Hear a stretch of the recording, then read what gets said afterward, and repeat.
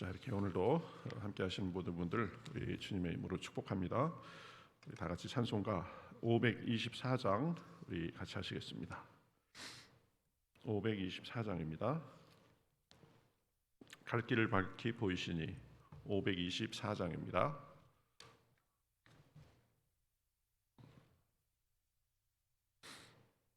우리 같이 찬송하시겠습니다. 갈 길을 밝히 보이시니 주 앞에 빨리 나갑시다. 우리를 찾는 구주 예수 곧 오라 하시네.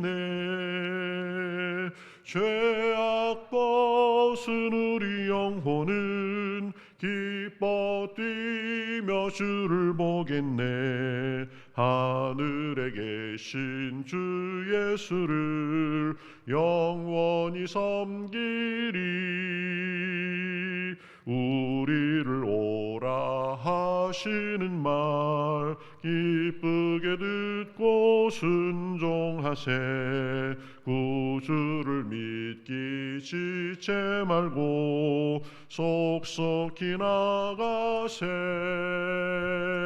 죄악 벗은 우리 영혼은 기뻐 뛰며 주를 보겠네. 하늘에 계신 주 예수를 영원히 섬기리. 주 오늘 여기 계시오니 다 와서 주의 말씀 드세. 듣기도 하며 생각하니 참 진리시로다. 죄악 벗은 우리 영혼은 기뻐 뛰며 주를 보겠네. 하늘에 계신 주 예수를 영원히 섬기리.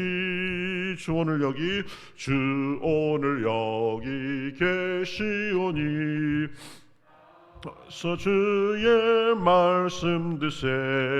듣기도 하며 생각하니 참 진리시로다. 죄악 벗은 우리 영혼은 기뻐 뛰며 주를 보겠네. 하늘에 계신 주 예수를 영원히 섬기리. 아멘. 우리 같이 기도하시겠습니다. 하나님 감사합니다. 오늘도 간밤에 지켜주시고 오늘도 새날을 주시고 새로운 호흡을 주셔서 주님 앞에 나와서 찬송하며 주님의 말씀을 기대하며 나아가게 하시니 감사합니다. 하나님, 우리가 인생을 살면서 어렵고 때로는 망망대해를 헤매는 것 같은 그런 일도 만나지만 그러나 우리와 동행하시고 우리의 인도자가 되셔서 우리의 갈 길을 밝히 보여주심을 인하여 감사합니다. 하나님, 주님의 손잡고 우리 인생길을 주님 앞에 우리 다다르는 순간까지 잘 걸어갈 수 있도록 인도하여 주시옵소서. 하나님께 마음을 드리며 또 하나님의 이 특별하신 인도하심을 구하며 주님 앞에 기도하는 사람들도 있습니다. 하나님, 포기하지 아니하고 눈에 보이는 것에 의해서 실망하지 아니하고 믿음으로 주님을 바라보며 나아갈 때에 주님께서 도움이 되시고 힘이 되시고 산성이 되시고 요새가 되시며 반석이 되시는 것을 경험하며 오늘도 주님과 동행하는 기쁜 날, 주님의 사랑을 듬뿍 받아 그 사랑을 나누는 그런 날이 될 수 있도록 인도하여 주시옵소서. 우리 한 사람 한 사람의 기도의 제목도 들어주시옵시고 늘 주님과 동행하는 모습이 우리의 삶을 통하여서 향기로서 나타나기에 부족함이 없도록 인도하여 주시옵소서. 시종을 주님 앞에 맡기며 살아계신 예수님의 이름으로 기도하옵나이다. 아멘. 자, 우리 성경 말씀 사도행전 2장 14절에서 21절 말씀 보겠습니다. 사도행전 2장 14절에서 21절 말씀.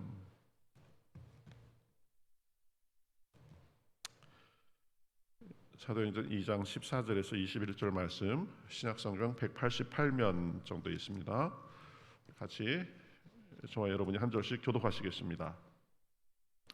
베드로가 열한 사도와 함께 서서 소리를 높여 이르되 유대인과 예루살렘에 사는 모든 사람들아, 이 일을 너희로 알게 할 것이니 내 말에 귀를 기울이라. 제 삼신이 너희 생각과 같이 이 사람들이 취한 것이 아니라 이는 곧 선지자 요엘을 통하여 말씀하신 것이 일러스되 하나님이 말씀하시기를 말세에 내가 내 영을 모든 육체에 부어주리니 너희의 자녀들은 예언할 것이요 너희의 젊은이들은 환상을 보고 너희의 늙은이들은 꿈을 꾸리라. 그때에 내가 내 영을 내 남종과 여종들에게 부어주리니 그들이 예언할 것이요 또 내가 위로 하늘에서는 기사를 아래로 땅에서는 징조를 베풀리니 곧 피와 불과 연기로다. 주의 크고 영화로운 날이 이르기 전에 해가 변하여 어두워지고 달이 변하여 피가 되리라. 누구든지 주의 이름을 부르는 자는 구원을 받으리라 하였느니라. 아멘. 자, 우리 사도행전 계속 보고 있는데요. 오늘은 2장 14절에서 21절 말씀입니다.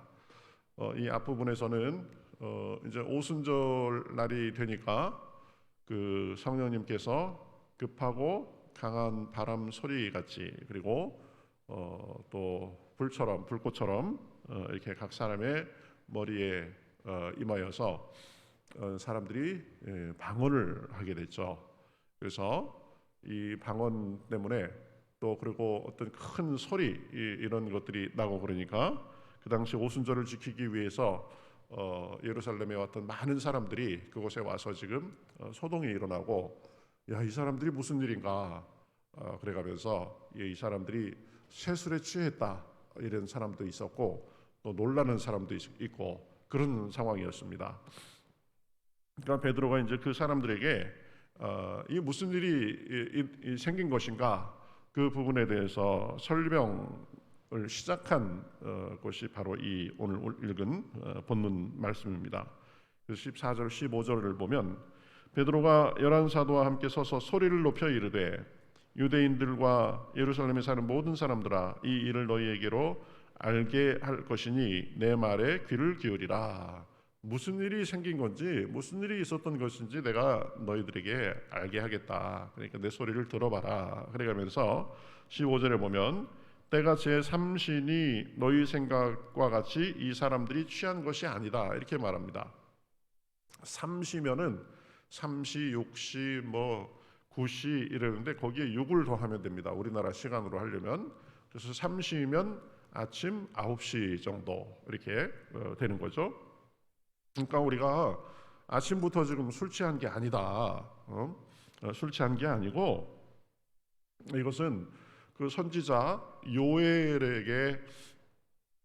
요엘을 통하여서 말씀하신 그 예언이 이루어진 거다. 그게 뭐냐면 17절에 보면 하나님이 말씀하시기를 말세에 내가 내 영을 모든 육체에 부어주리니 너희 자녀들은 예언할 것이요 너희 젊은이들은 환상을 보고 너희의 늙은이들은 꿈을 꾸리라.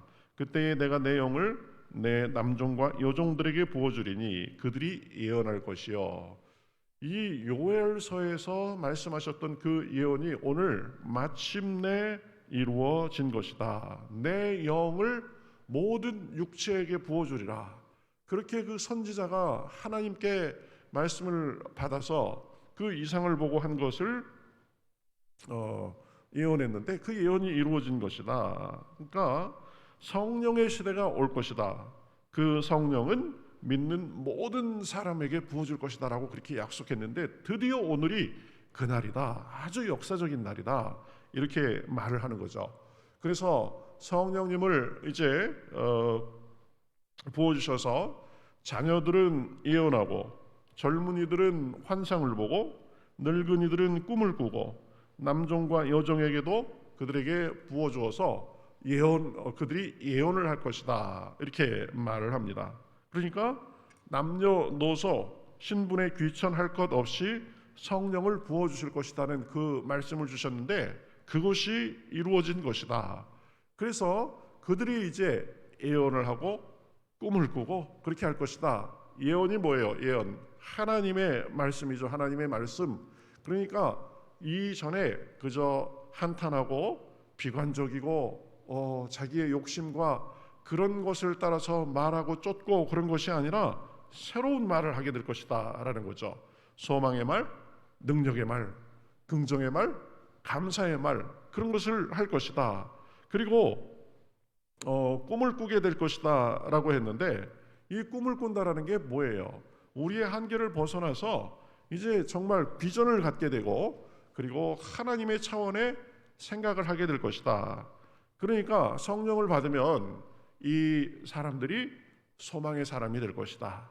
그리고 능력의 사람, 꿈의 사람, 비전의 사람이 될 것이다 라고 그렇게 예언하셨는데, 지금 그 일이 드디어 하나님께서 정하신 때가 돼가지고 우리에게 벌어진 것이다. 그러는데 보면 모든 육체에게 부어줄 것이다 라고 했습니다. 차별이 없다라는 거죠. 남자, 여자, 노, 소 구분이 없습니다. 뭐 귀한 사람, 천한 사람 구분이 없다. 구약에서는 보면 하나님 앞에 특별히 택함을 받은 왕이나 선지자, 특별히 쓰임받는 사람들에게만 성령께서 임했었는데 그런 것이 없다. 빈부, 귀천, 남녀노소 구분 없고, 피부색도 구분이 없고, 또 배운 사람, 못 배운 사람 그것도 구분이 없다. 그리고 신앙생활을 얼만큼 했느냐, 경력이 어떻느냐, 경력 구분도 없다. 단 하나의 조건이 있다면 그것은 우리가 어떻게 해왔느냐, 내가 무슨 출신이냐, 내가 얼마나 준비가 됐느냐, 이런 것이 아니라 예수님을 믿는 사람에게는 누구에게나 성령을 부어주시겠다라고 하셨는데 그것이 이루어진 것이다 라는 거죠. 그래서 21절에 보면 뭐라고 그래요? 누구든지 주의 이름을 부르는 자는 구원을 받으리라. 믿음도 우리가 선물로 그렇게 받는 것이지만, 그 믿음의 선물을 인하여서 이제 성령도 선물로 받는 것이다. 우리에게 조건이 있는 것이 아니다. 모든 사람에게 누구든지 예수님을 믿으면 성령께서 우리에게 임하셔서 우리가 그 성령의 능력으로, 능력의 말, 소망의 말, 그것을 하며 우리의 생각과 우리의 추구하는 것이 차원이 다른 그런 삶을 살게 된다라고 말씀하는 거죠. 그래서 능력과 소망의 사람으로서 그것을 따르며 한탄하고 불만하고 불평하고 안 된다 그러면서 사는 것이 아니라 하나님 앞에 감사하고 하나님 안에 소망이 있음을 믿고 하나님 안에서 기뻐하고 하나님 안에서 이제 서로 나누며 봉사하고 희생하고 섬기며 참 가치를 따르며 사는 그런 사람이 되도록 하나님께서 그렇게 길을 열어주시는 바로 그날이다라는 거죠. 제가 요즘에 김영석 교수, 연세대학교 교수 출신으로 지금 연세가 1920년생이에요. 그래서 102살이십니다. 그런데 지금도 현역처럼 왕성하게 활동을 하세요. 신문에 기고도 하시고 강연도 많이 다니시고 책도 내시고, 그래서 뭐 인터뷰 같은 거 많이 하고 그러는데, 그분의 강연, 그분의 인터뷰 내용, 또 그분께서 이렇게 좌담회 같은 거 하면서 하는 것을 제가 몇 개의 그 프로그램을 봤습니다. 이분이 뭐라고 말씀하냐면 100년을 살고 보니라는 그런 책을 내셨죠. 그러니까 여러분 100년, 이 우리보다 앞서 가신 분들의 말을 잘 듣는 게 살아보니까 굉장히 중요해요. 나보다 먼저 경험한 사람, 그 사람의 말을 듣는 게 굉장히 중요한데, 여기 100세 사신 분 없으시잖아요. 그러니까 이 100세 사신 분이 살고 보니까 이렇더라 하는 말씀이니까 여러분 한번 잘 들어보세요. 이분이 강연을 하면서 결론적으로 인생에서 가장 중요한 게 무엇이냐 누가 질문을 했습니다. 그러니까 이렇게 말을 해요. 인생에서 가장 중요한 것은 소망이고 사랑이다, 이렇게 얘기합니다. 희망이다. 희망을 버리지 않는 삶이고, 자기만을 위해서 사는 것이 아니라 서로 보듬고 사랑하는 삶이다. 그래서 인생의 중요한 두 가지 키워드는 희망과 사랑이다라고 말을 하는데, 이 희망에 대해서 뭐라고 얘기하냐면, 그런데 희망은 우리가 가만히 앉아서 그것이 오기를 기다리는 것이 아니라 기회가 오기를 기다리는 것이 아니라 적극적으로 만들어가는 것이다, 이렇게 말을 하는데 참 맞는 말이다, 이렇게 생각을 했습니다. 언젠간 좋아지겠지, 언젠간 나에게도 기회가 오겠지, 그러는 것이 아니라 그렇게 생각하면서 그 기회가 오도록, 내가 바라는 것이 이루어지도록 적극적으로 내가 만들어가는 것이다, 그것이 희망이고 소망이다라고 말씀하는 걸 들었는데 옳다라는 말씀을 들었습니다. 그런 생각이 들었습니다. 그러면서 뭐라고 그러냐면 102살인 분이 뭐라고 하냐면, 자기하고 그다음에 그 연세대 또 다른 교수, 유명한 교수님이죠, 안병욱 교수하고 또 서울대의 그 철학과 김태길 교수님하고 셋이 친했대요. 그래서 한 80 정도에 이제 같이 어울려가면서 뭐 80대를 같이 보내고 그랬는데, 우리가 이제 거의 뭐 100살 가까이 우리가 사는 입장에서 인생의 가장 좋은 시기가 언제인가 서로 이렇게 얘기할 기회가 있었답니다. 그러면서 이제 40대가 좋을까, 젊은이가 50대가 좋을까, 처음에는 50대가 좋지 않나 이렇게 생각했는데 아니야, 결론이 뭐냐면 진짜 인생의 황금기는 60부터 75세까지다, 이렇게 결론을 냈답니다. 그러니까 여기 계신 분들 거의 다가 지금 인생의 황금기를 살고 계시는 겁니다. 보통 그저 은퇴하고 연세가 어느 정도 백발이 이제 완연하고 그러면 아이고 이제 늙어가지고 뭐 하나 이렇게 생각하는데 그게 아니다라는 거예요. 50대까지는 자식들 키우느라고, 그것 때문에 이것저것 신경 쓰느라고 자기 인생이 사실은 업되는 거예요. 그런데 60줄 정도 접어들면 자식들도 이제 다 키우고 해가지고, 그리고 은퇴하실 분은 은퇴하고, 그래서 진짜 자기가 하고 싶은 것을 하면서 자기 인생을 추구할 나이가 60이라는 겁니다. 이 얘기 들어보니까 맞는 것 같아요. 저도 이제 50대 중반이라 아이고 나도 이제 조금 있으면 늙는 길로 가는구나, 이렇게 마음의 한편으로는 그랬는데 들어보니까 그게 아니다. 보면 60부터 75세까지가 인생의 황금기랍니다. 그리고 체력은 보니까 자기가 살아보니까 잘 관리만 하면 80대 중반 넘어가기까지는 괜찮대요. 보면 80대 중반 이후부터는 체력이 많이 안 좋아지는 것 같아요. 그래도 뭐 그분은 100세 넘어까지 활동을 하니까. 이 김영석 교수는 타고난 체질이 굉장히 허약 체질이랍니다.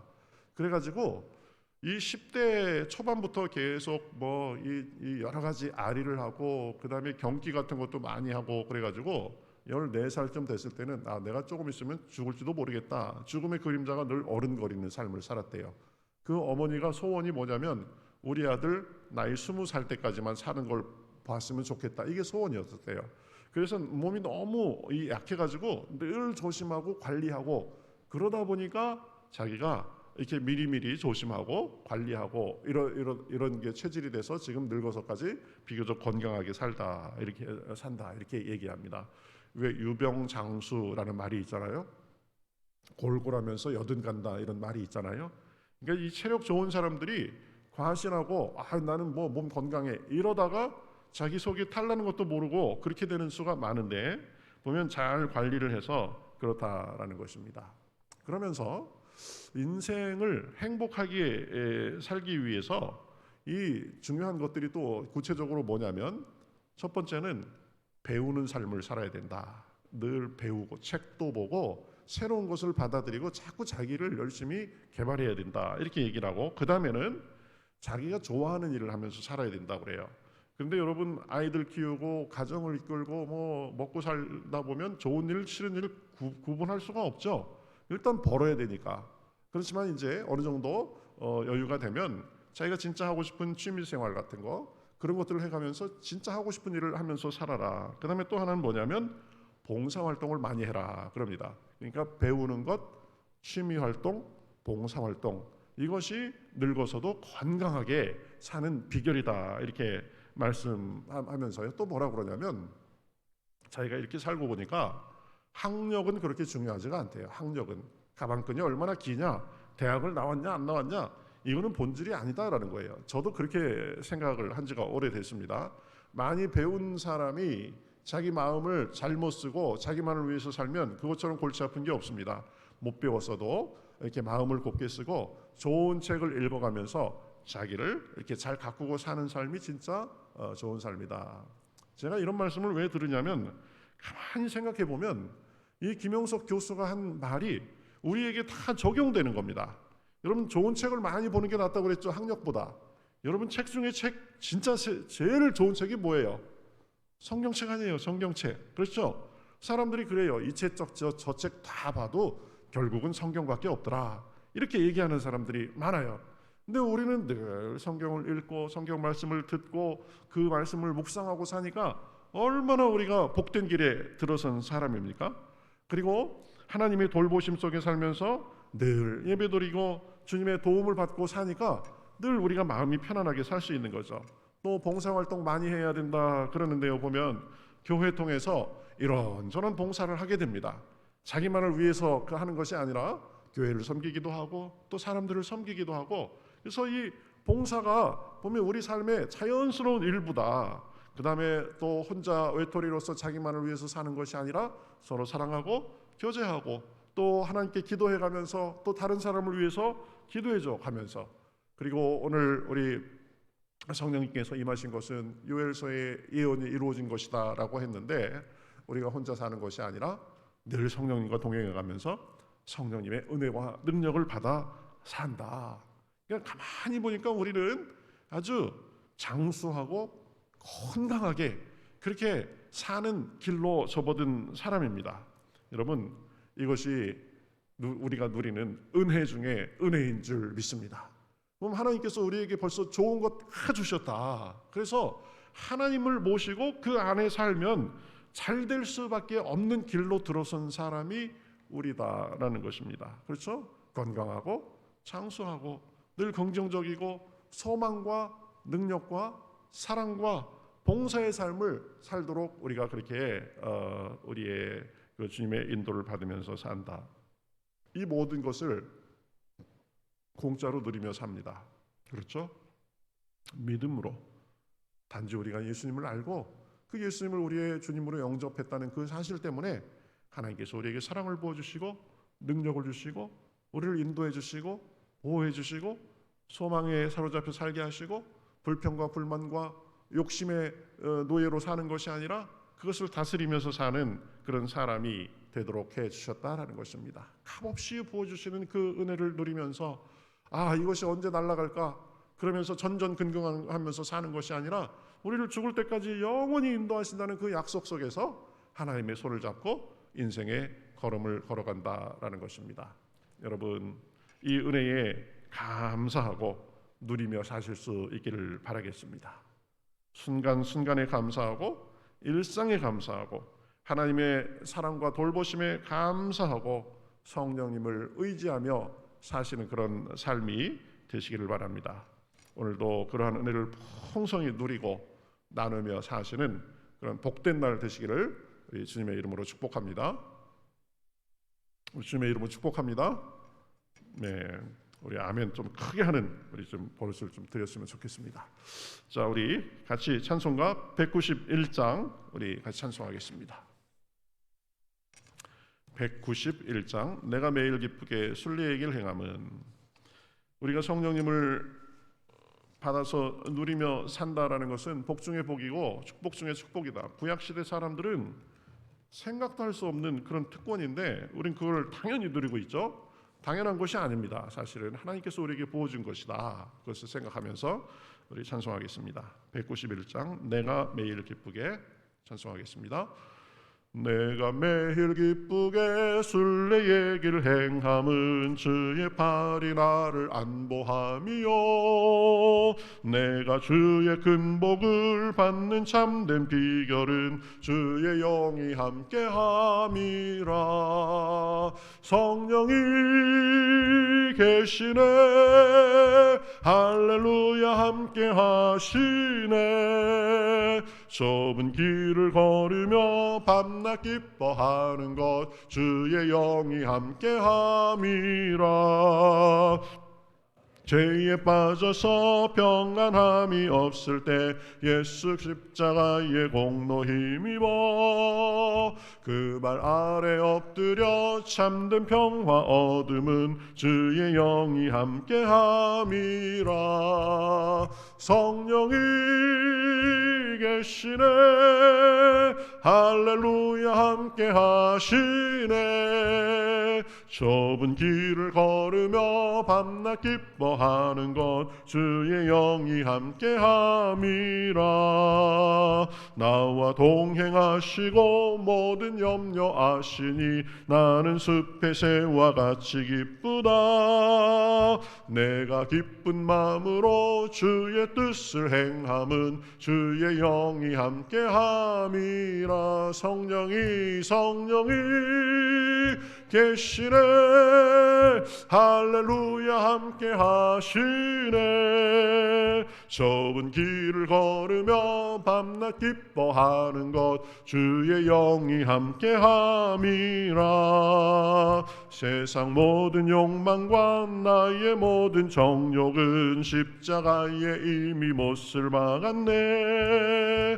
어두운 밤이 지나고 무거운 짐 벗으니 주의 영이 함께 함이라. 성령이 계시네. 할렐루야 함께 하시네. 좁은 길을 걸으며 밤낮 기뻐하는 것 주의 영이 함께함이라. 나와 동행하시고 모든 염려 아시니 나는 숲의 새와 같이 기쁘다. 내가 기쁜 마음으로 행함은 주의 영이 함께함이라. 성령이 계시네. 할렐루야 함께 하시네. 좁은 길을 걸으며 밤낮 기뻐하는 것 주의 영이 함께함이라. 성령이 계시네. 할렐루야 함께 하시네. 좁은 길을 걸으며 밤낮 기뻐하는 것 주의 영이 함께함이라.